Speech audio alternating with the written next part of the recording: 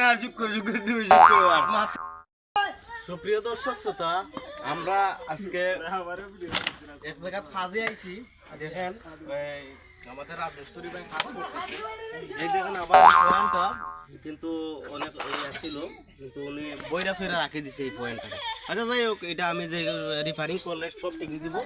ওনার কাজটা দেখেন খুবই নিখুঁতভাবে, খুবই সুন্দরভাবে উনি কাজ করতেছেন। এই দেখেন পাইপের জামটা দিতেছে কত সুন্দর, আমার কাছে খুবই ভালো লাগছে।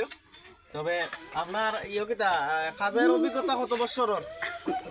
না শুক্রবার শুক্রবার মাত্র এত কম সময় আপনি আমার দক্ষতা কেমন অর্জন করলেন? আসলে সত্যি কথা বলতে গেলে হয়নি, আমি এক মহিলা কাছে কাজ শিখছিলাম।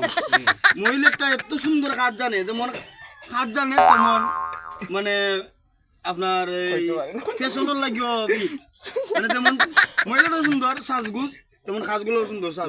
মহিলার কাজগুলো দেখে তুমি এখন নিয়াত লইয়া কাজ শিখলি না, মহিলার তো সাজগুজ লাগে ব্যস্ত থাকতো সব সময়।